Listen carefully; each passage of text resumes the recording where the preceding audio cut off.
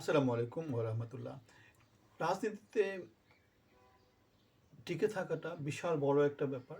যখন শিক্ষিত সচেতন জনগোষ্ঠী উগ্রতাবাদের পথটাকে বেছে নেয়। বাংলাদেশে যেহেতু প্রবঞ্চনার ইতিহাসটা প্রচণ্ড রকমভাবে বেশি হয়ে গিয়েছে, দমন-পীড়ন যেহেতু বেশি মাত্রায় হয়ে গিয়েছে, সুতরাং বাংলাদেশের জনগণ এখন প্রতিবাদী হয়েছে এবং তারই ফল হিসেবে ২৪শে বাংলাদেশে একটা গণ আন্দোলন হয়েছিল, বিপ্লব হয়েছিল। বিপ্লব পরবর্তী বাংলাদেশের সংস্কারের নানা রকম আলোচনা ছিল, ঐক্যমত্যের আলোচনা ছিল, ঐক্যমত কমিশনের নানা রকম প্রস্তাবনা ছিল, কিন্তু আমরা দেখেছি ইউনূস সরকার আওয়ামী লীগকে আলোচনা থেকে দূরে রেখেছিল, যার ফলে বাংলাদেশের জনগোষ্ঠীর বড় একটা অংশকে বাংলাদেশের গঠনমূলক কার্যক্রম থেকে দূরে রাখা হয়েছিল এবং তারা ইউনূসের যেই ঐক্যমতের কমিশনের সাজেশন সেগুলোতে হয়তো বা তাদের দ্বিমত পোষণ করবে। এদিকে বিএনপি তো অলরেডি দ্বিমত পোষণ করে বসে আছে, তারা ঐক্যমত কমিশনের যে প্রস্তাবনা ছিল সেগুলোর বিরুদ্ধে অবস্থান নিয়েছিল, যার ফলে যেটা দেখা দিয়েছে বাংলাদেশের মানে যে মানুষরা আছে ২০ কোটি মানুষের প্রতিফলন ইউনূসের সংস্কারের মধ্যে আসেনি, ইউনূসের আলোচনার মধ্যে আসেনি। এবং এর ফল হিসেবে কি দেখা যাবে?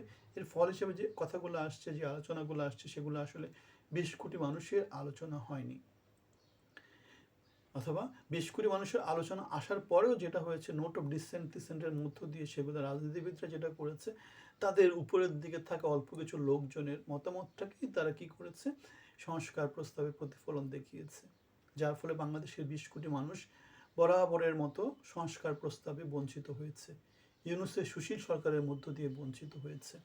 লুটে পুটে খাওয়া কিছু চক্র যারা ক্ষমতার আশেপাশে থাকে তারা আবার শক্তিশালী হয়েছে, তারা নানা কমিশনের চেয়ারম্যান হয়েছে, নানা কমিশনের সদস্য হয়েছে, নানা রকমের দুর্নীতির সুযোগ পেয়েছে। ইউনূস নিজেও কি করেছে, ৬৬৬ কোটি টাকার ট্যাক্স মওকুফ করে নিয়েছে, নানা রকম লাইসেন্স নিয়েছে।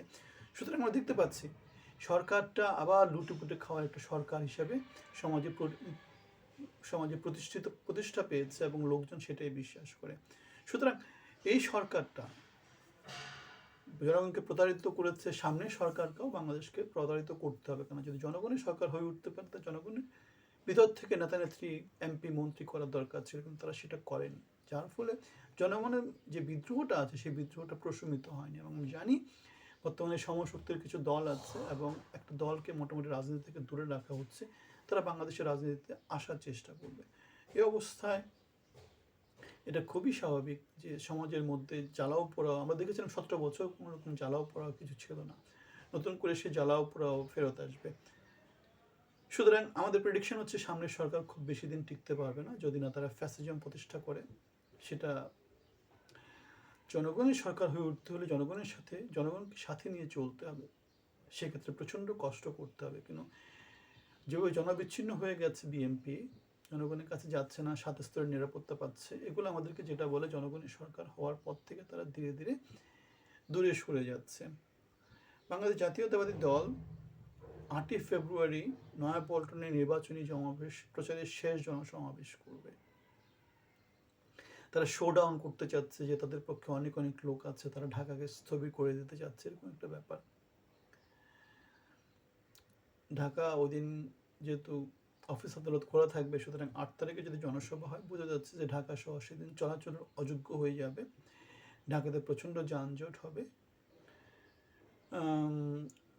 জামাত কোনো জনসমাবেশ করেছে কিনা সেটা আমরা জানি না, এখনও তারা সেটা প্রচারণা দেয়নি, তবে আমাদের মনে হয় জামাত কোনো জনসভা মনে হয় করবে না।